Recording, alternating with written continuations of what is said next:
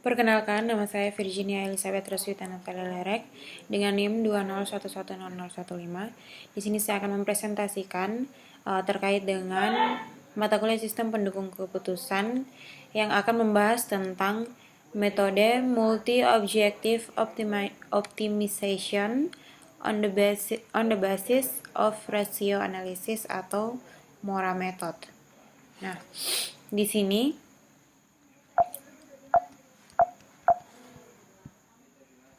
langsung saja untuk pengertian metode MORA-nya.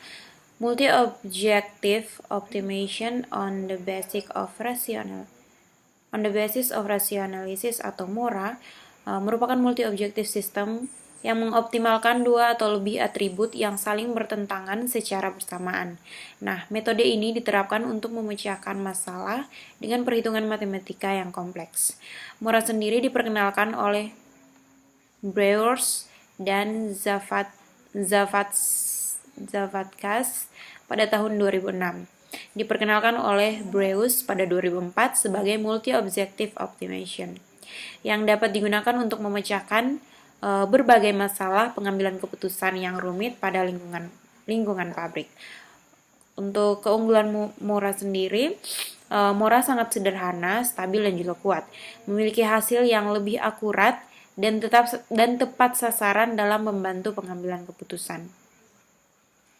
Selanjutnya, untuk langkah penyelesaian MORA, yaitu yang pertama adalah membuat kriteria dan menentukan bobot. Kemudian untuk langkah berikutnya, membuat matriks keputusan. Nah, untuk membuat matriks keputusan dengan rumus X sama dengan di sini dimulai dari X11, di mana X11 merupakan alternatif yang kriteria yang pertama dari alternatif yang pertama.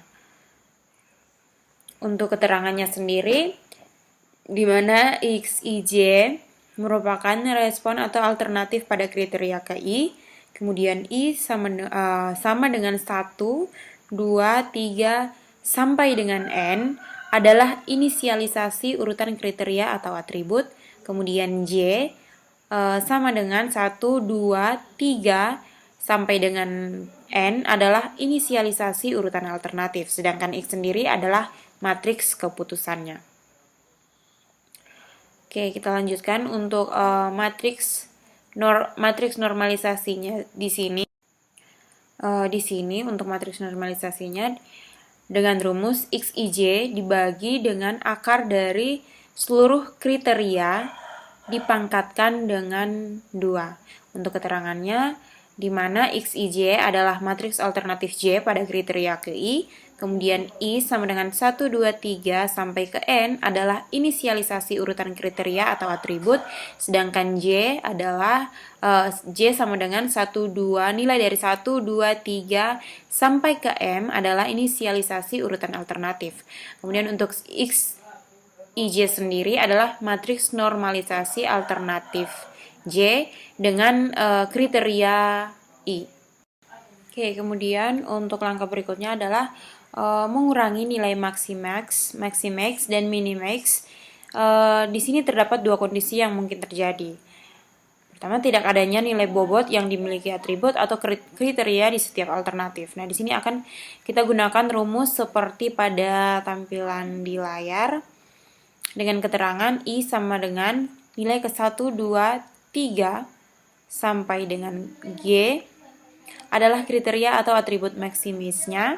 Kemudian J sama dengan G ditambah 1, G ditambah 2, G ditambah 3 sampai dengan ke N adalah kriteria atau atribut minimisnya. Kemudian YJ merupakan matriks normalisasi hasil pengurangan maximize dan minimize alternatif J. Oke. Selanjutnya, di sini untuk atribut atau kriteria di setiap alternatif memiliki atau diberikan nilai bobot kepentingan.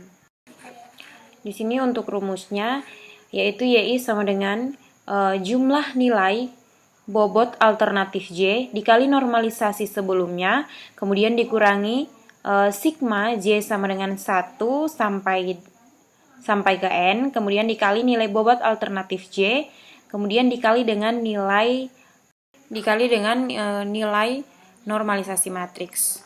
Untuk keterangannya, di sini I sama dengan 1, nilai dari 1, 2, 3 sampai ke G adalah kriteria atau atribut maksimisnya.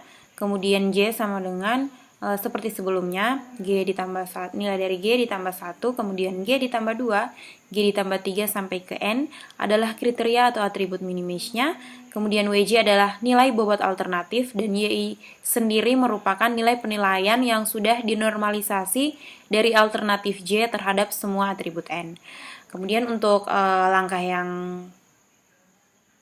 terakhir adalah perankingan, di mana total nilai maksimal atau atribut benefit dalam sebuah matriks keputusan dapat mengakibatkan nilai YI bernilai positif atau negatif. Pada tahap ini, dilakukan perankingan terhadap nilai YI di mana nilai YI tertinggi menjadi penandaan alternatif terbaik, sedangkan alternatif dengan nilai YI terendah adalah alternatif terburuk.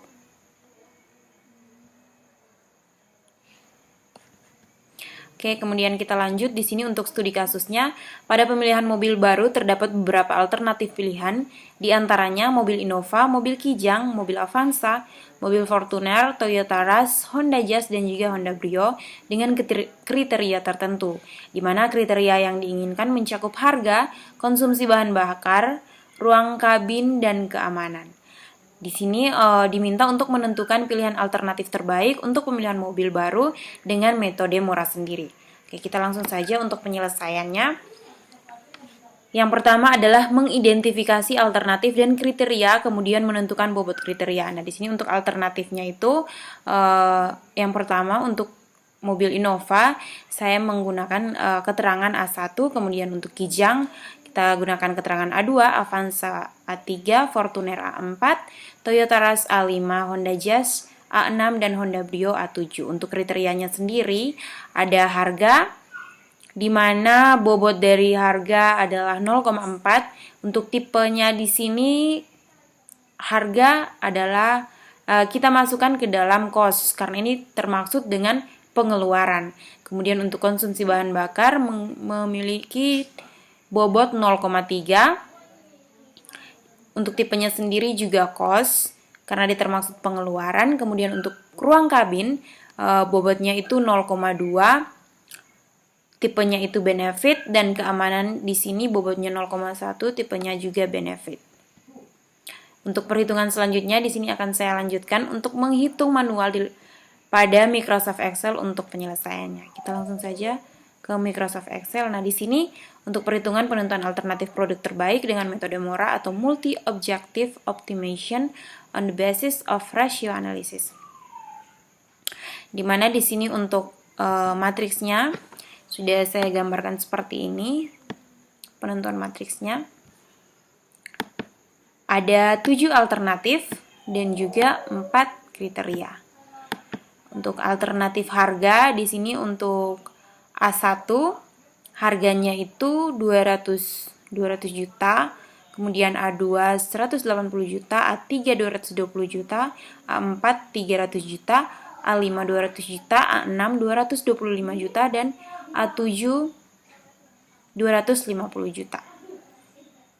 Oke, untuk konsumsi bahan bakar sendiri di sini saya menggunakan satuan kilometer. Jadi bahan bakarnya itu setiap 15 km per jam, kemudian untuk A2-nya 18 km per jam, A3-nya 12 km per jam, A4-nya 20, A5 16, A6 17, dan A7 yaitu 11. Untuk ruang cabinnya di sini saya menggunakan skala ruang cabin, di mana jika ukurannya kecil bernilai 1, kemudian jika ukurannya sedang bernilai 2, dan jika ukurannya luas bernilai 3. Nah, di sini untuk ruang cabin dari A1 bernilai 3 yaitu ukurannya luas. Kemudian untuk A2 di sini ukurannya sedang jadi bernilai 2, dan A3 bernilai 3 sama dengan A4 ukurannya luas. Kemudian A5 dan A6 ini berukuran sedang jadi nilainya 2, dan A7 itu bernilai 3.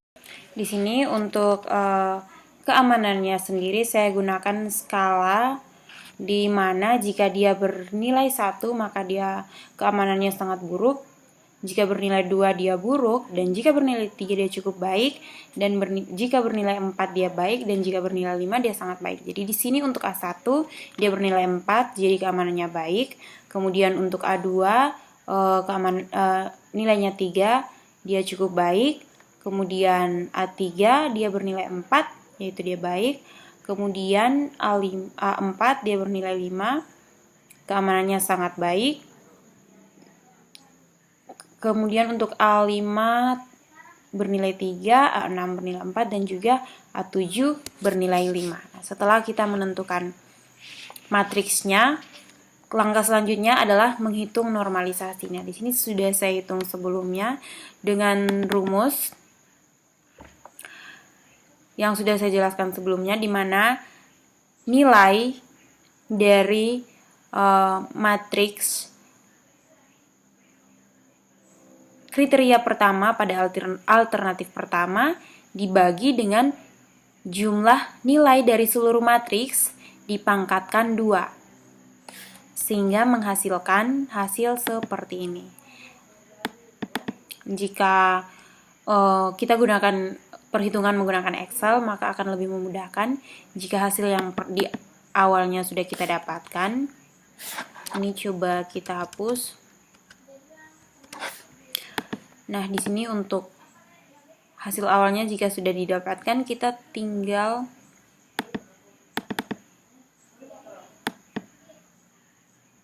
mengklik dan men-scrollnya ke bawah. Maka di sini dia akan menampilkan hasil dari setiap alternatif. Begitupun untuk perhitungan konsumsi.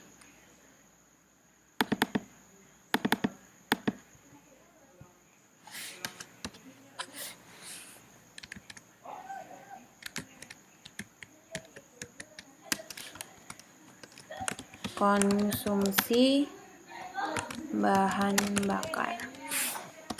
Kita gunakan rumus yang sama, yaitu nilai dari alternatif dari kriteria kedua pada alternatif pertama dibagi dengan jumlah nilai dari seluruh kriteria dari alternatif 1 sampai 7 dipangkatkan 2. Kemudian kita enter. Nah, di sini hasilnya akan seperti ini. Begitupun hingga sampai pada tabel keamanan. Oke, setelah kita menghitung normalisasi, selanjutnya adalah kita mencari normalisasi dari bobot nilainya. Di sini untuk rumusnya kita gunakan rumus. Karena perhitungannya menggunakan perhitungan Excel, jadi kita menggunakan rumus if, di mana jika nilai dari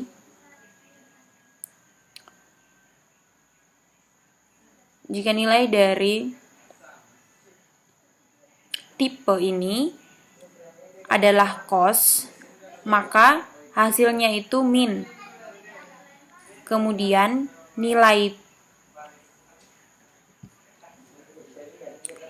nilai dari perhitungan normalisasi sebelumnya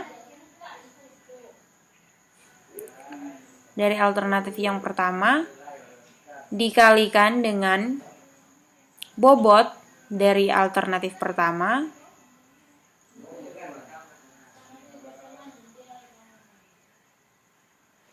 nilai dari normalisasi sebelumnya dikalikan dengan bobot dari alternatif yang pertama.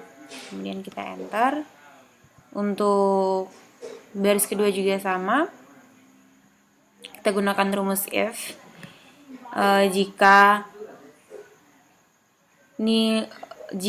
tipenya adalah cost, maka dia menghasilkan nilai min, dan jika dia benefit, maka dia menghasilkan nilai positif. Nah, dan di sini jika nilainya cost,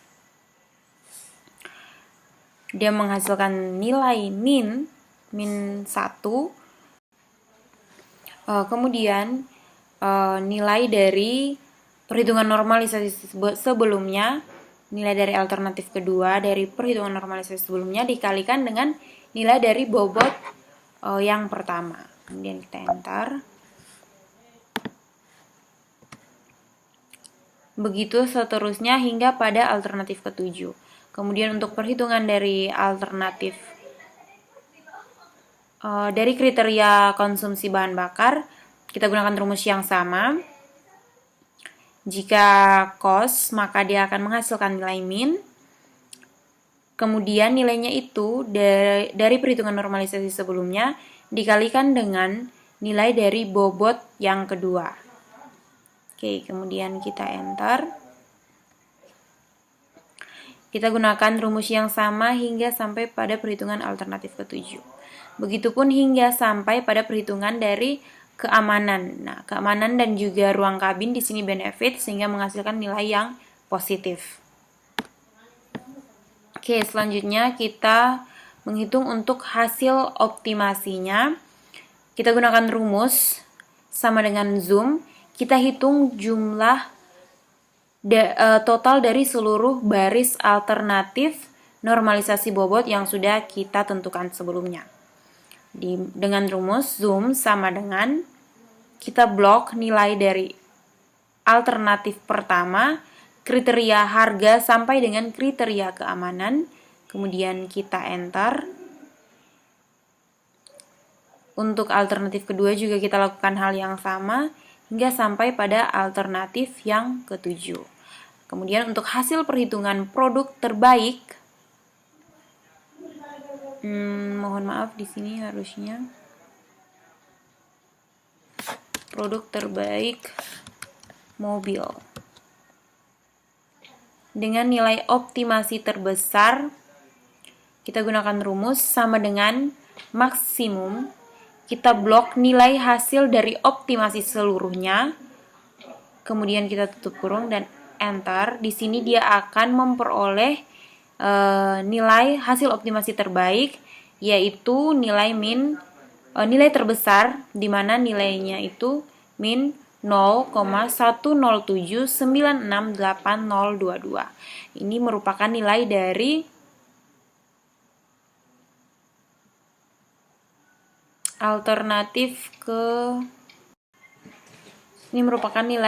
alternatif ketiga. Oke. Jadi untuk kesimpulannya, alternatif yang memiliki nilai YI tertinggi, maka alternatif tersebut merupakan alternatif terbaik dari data yang ada. Maka dari itu, A3 yang adalah mobil Kijang merupakan pilihan terbaik dari alternatif pilihan mobil yang lain. Sekian presentasi dari saya. Apabila ada salah dalam penyampaian kata, saya mohon maaf dan terima kasih.